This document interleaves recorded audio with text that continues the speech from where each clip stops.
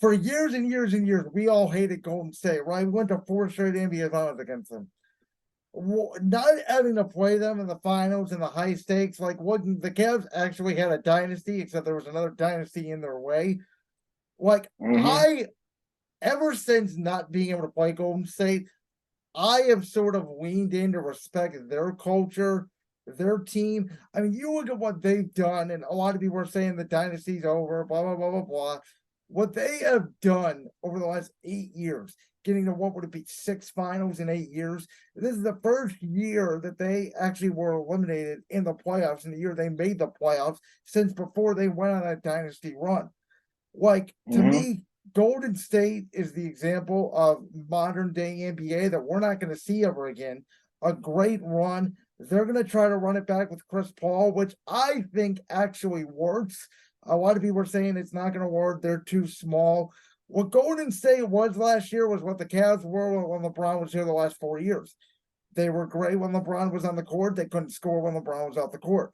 Golden State last year could not score when Steph was on the court. Their plus minus was abysmal. So I'm not counting out Golden State. Denver just won the championship. They're really young. They're coming back. Phoenix, I don't really know what the hell they're doing. I still got to see that fit. The Lakers, to me, are a very interesting team, though I think they may be a piece away. Like the NBA at this point is as balanced as it's ever been.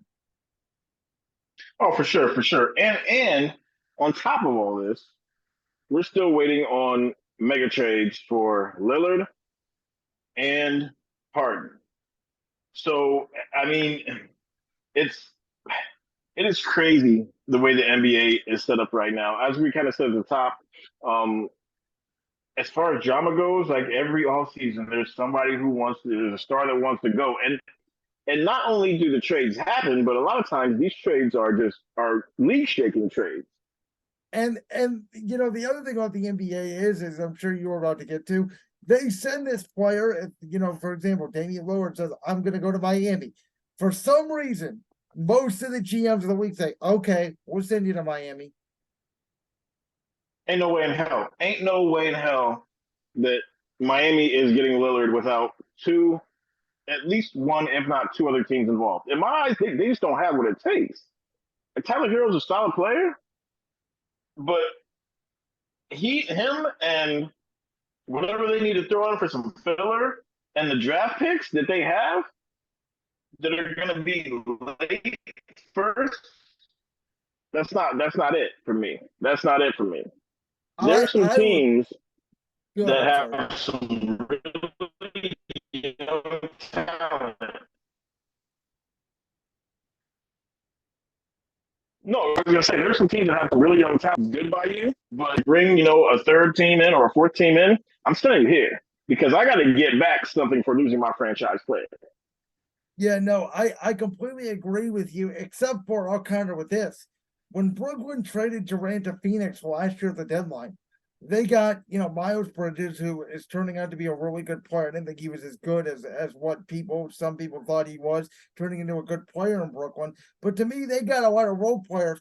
I was like, if I was Brooklyn, I would have asked for Devin Booker or Chris Paul back for a top 5, top 6 player in the league in Durant, and they got nothing but role players. Like, I didn't think Brooklyn got enough in the deal. So I think Portland's going to take their time. I think Damian Lillard, I've said this, and I don't know how you feel. Dame, to me, has a one game in a two's mind. I'm not sure Damian Lillard can be your number one and lead you to a championship, but I think him and Jimmy Butler together, the toughness, the combination, you keep Bam on a bio, then I think you have a legitimate chance to win a championship. But it's very interesting. I've had this discussion with a lot of people in the NBA. I think there's a lot of players in the league. The NBA is one of those leagues where the difference between talented but reliable in big playoff situations is a huge difference. There's a lot of players. James Harden's an example of it. You can make an argument, talent-wise, he's one of the best scorers of the basketball we've ever seen. In the playoffs, his value isn't even worth whatever you want to throw because he's never been a proven postseason guy, which I'd be very worried to trade for a guy like him. For sure, for sure. I think, I tend to agree with you on the Lillard thing, but the thing about Dame is that he's always been the best player, and the guy who's next to him, whether basically it's been C.J. McCollum more or less. C.J. nice player, but he's not on Dame's level. Um, I, People want to talk about Jimmy Butler all they want. That dude is a stone cold killer. He is a stone cold killer. He steps it up in the playoffs. He's a beast. I think those two together would be phenomenal. Phenomenal. And I agree that I think that's a championship caliber team with adding Bam in. And like I said, obviously you're going to have to give away Tyler Hero, but they made it to the finals last year without Tyler Hero. So, it is what it is. I really think that, but I will say, like I said, they just Miami by themselves do not have what it takes to get Dame. So how much does another team want Tyler Hero? Because that's basically what's gonna happen. How much does that third team want Tyler Hero? And as much as I love Miami's story, as I've said on this podcast before, I was rooting for them to win the championship. I thought it would have been the best story the NBA has told easily since the 2016 Cavs, of that Miami team being an 8 seed winning the championship. As much as Jimmy was great the first 3 rounds, I was kind of disappointed by Miami as a whole in the finals, because as good as Denver was, and Denver obviously was the best team in the regular season throughout, like the Lakers series, the Lakers just could not close any of those 4 games. There were situations where Denver was begging Miami, and Jimmy specifically sometimes, to get aggressive and drive to the basket and get back in the game. And they just, it was like they did not sometimes believe that they belonged there on that stage. Like, that series to me should have been a lot closer than 5 games, even though Denver won in 5 games. It felt like there were some games where Miami, 2 of those games, got off to great starts, and by the second quarter, they were out of gas. Yeah, I just think Denver just had too much for them. They just had too much firepower, and I think that's one of the main reasons they're going after Dame. Like, I think that you had Butler, who was hurt. From everything I've read, he suffered an injury, I guess, somewhere in that series, so he wasn't himself. But Miami, without Butler and no Tyler Hero, they just can't score, and Denver can score their asses off. So, it was just a mismatch. They can play defense all day. Miami could, but at some point, when you just don't have the horses to score, you just can't win. Clarence, if you could, because I ranted on this on Tuesday's show, could you explain, and if you can, I completely understand it because I don't understand it. Explain to me what the hell this in-season tournament is, because I don't get it. I don't understand the format. I don't understand the rules. I don't understand how they came up with the teams. None of it to me makes sense. They're using it as a money ploy to get more games. Yet, as I said the other day, I don't care if it's your 2 best teams. For example, if it's Nuggets Heat, finals rematch in November, I don't really care about it, because to me, the only time the NBA truly matters is right after football season. Even the Christmas Day games now, you could put the top 10 teams on in the NBA, though 2 worst teams in the NFL would absolutely destroy it in ratings. Like, maybe the NBA is trying to create some urgency in the regular season, but no matter what, this up thing, it doesn't make any sense. It's not going to do anything for the league. I don't understand it at all. I agree. I'm not really sure, like, what the hell they're trying to do. There's one championship, and it's one in June. So to me, like, this in-season tournament, yeah, I guess it'll bring some eyes. It'll draw. I'm imagining it'll do something similar to like the playing games, because I do enjoy the playing games. I think it's kind of stupid that you play all season long, and if you're the 7 and 8 seed, you got to win your way in. It's a gimmick. I don't like it. As I said the other day, I think gimmicks should be reserved for professional wrestling. These sports are getting way too much gimmicky.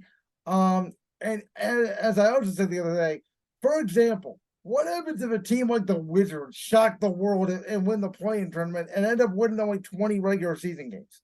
Like, what the hell? Yeah, Nobody understands this. no. I tried to follow a little bit and how they drew the teams or whatever and everything, and I was just kind of like, there's a lot going on here. I'll be honest. I was like, you know what? When it rolls around, I'll get into it. But it just seems to me, like I said, there's one ring. There's one ring that's run in the NBA every single year, and that ring is played for in June. So a midseason tournament, again, money grab. I'm sure it'll probably create some excitement and whatnot. But like in the end, it don't matter. It doesn't matter. Last NBA question for you. Your thoughts. There were two new rule changes implemented. One of them I like, one of them I think is going to turn very controversial. The one I do like is it's kind of like the NFL model is obviously if a coach wins his first challenge, he can get a second challenge. I said I thought they should have did that when the challenge was implemented. Only makes Yep. sense. I like it. The flopping rule to me, I mean, how are you going to determine, unless it's clearly obvious, that somebody flops? This is what I'll say about the NBA. The NBA is, in my eyes, by far the number one sport that sees problems and tries to change the problems. They don't wait 3, 4, 5 years. They see an issue, they'll implement a rule, they'll try it out. If it works, cool. If not, they know they can always pull it back. So the game is ever evolving, and the NBA, nothing but credit for them willing to change the game and make it more palatable to the fans and the viewers and everyone who's watching. I agree with you 100% on the coaches' rules. That's yeah, if you win the challenge, you get another one. That's the way it should work. You don't get one and then be like, all right, that's it.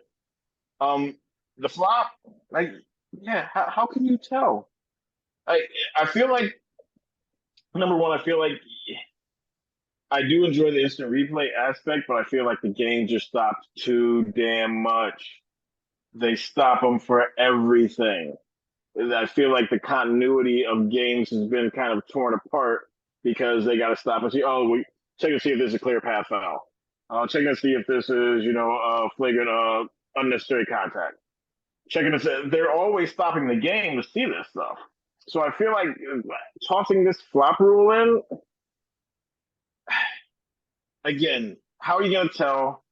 And it's going to be on a judgment call on a referee, and as well, your players' previous reputations are going to come into play as well when that comes up. So I'm not a fan. I'm not a fan of stopping the game any damn longer. And and 2 quick points. Number one, every block charge call, whoever doesn't get the call, they're going to be yelling they flopped. Mm-hmm. And number two, I think the great Fox Sports radio host Colin Cowherd had the greatest solution for replay across sports I've ever heard, and I don't know why sports don't do this. If you go to a replay, you get 30 seconds to look at the replay. If it's inconclusive within 30 seconds, the call has to stand.